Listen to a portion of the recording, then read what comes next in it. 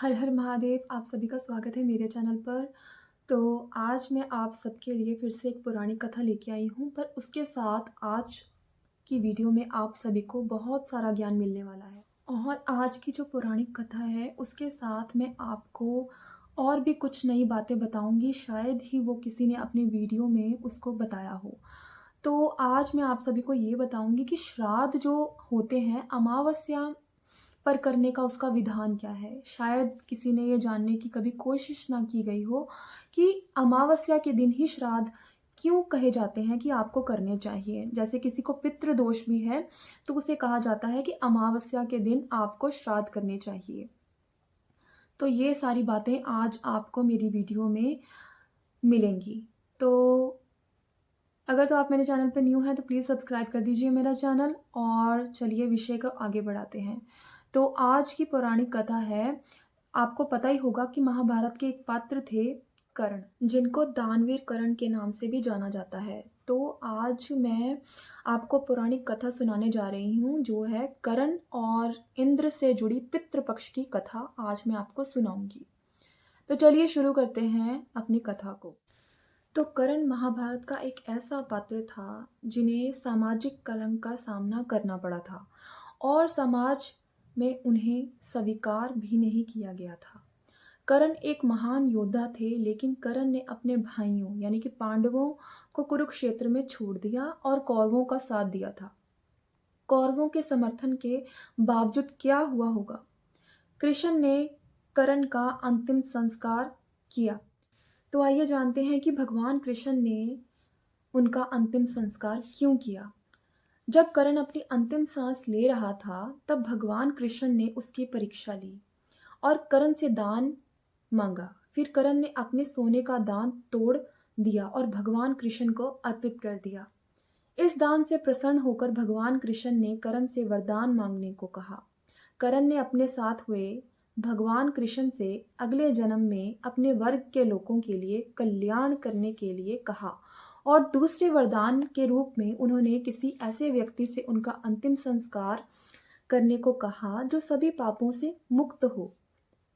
वरदान देते समय भगवान कृष्ण ने सभी वरदानों को स्वीकार कर लिया, लेकिन दूसरे वरदान के लिए भगवान कृष्ण भ्रमित हो गए और सोचने लगे कि किसने कोई पाप नहीं किया है।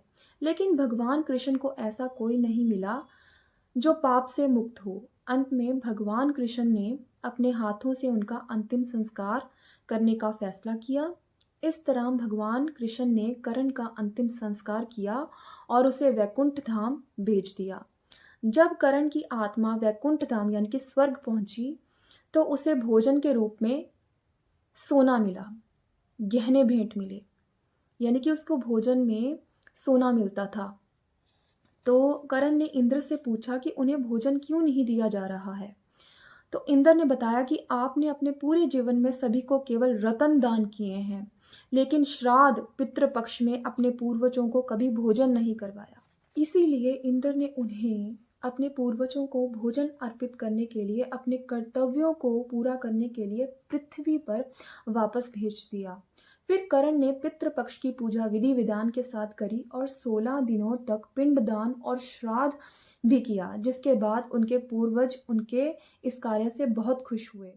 तो ये थी आज की पौराणिक कथा, और आपको इसे सुन के ये समझना चाहिए कि जो श्राद्ध है उसे करना कितना ज़रूरी है, क्योंकि हम इसे अगर नहीं करते हैं तो हमारे जो पितृ हैं ऊपर भूख प्यास से तड़पते हैं, तो उनकी तृप्ति के लिए हमें श्राद्ध ज़रूर करना चाहिए। और पितृदोष क्या होता है, उससे लगने से ऐसा क्या होता है, तो पितृदोष के कारण विवाह नहीं हो पाते कईयों के, और संतान वंश की वृद्धि नहीं हो पाती।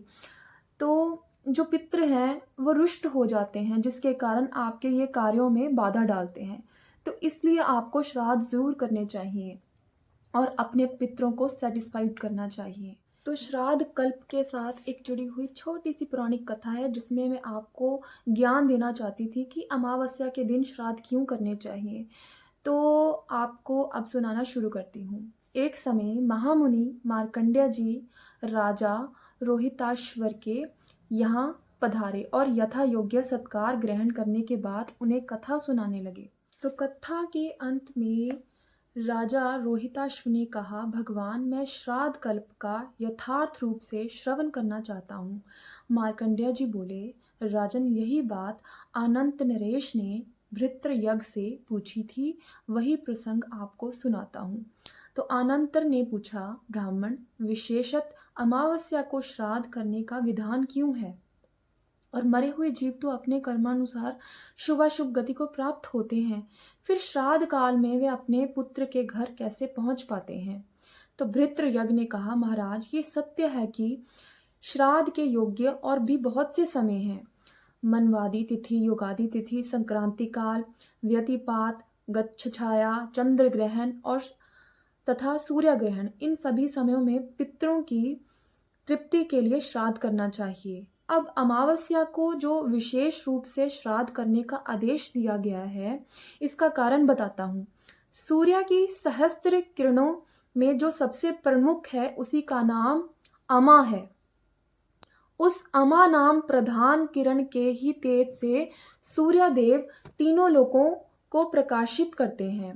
उसी अमा में तिथि विशेष में चंद्रदेव निवास करते हैं, इसीलिए उसका नाम अमावस्या है। यही कारण है कि अमावस्या प्रत्येक धर्म कार्यों के लिए अक्षय फल देने वाली बताई गई है। तो आप सभी को पता लग गया होगा कि श्राद्ध आदि जो कर्म हैं वो अमावस्या पर करने का विधान उसका क्यों है। तो आज की वीडियो में आप सभी को पता चल गया होगा कि श्राद्ध क्यों करने चाहिए और उसे करने से क्या होता है, और जो हमारे पितृ जो हैं भूख प्यास से तड़प रहे हैं ऊपर, तो हमें उनकी तृप्ति के लिए श्राद्ध आदि कर्म ज़रूर करने चाहिए। तो होप करती हूँ आपको मेरी वीडियो ये अच्छी लगी होगी। तो अगर अच्छी लगती है तो प्लीज़ लाइक कीजिए, सब्सक्राइब कीजिए मेरा चैनल। तब तक के लिए हर हर महादेव।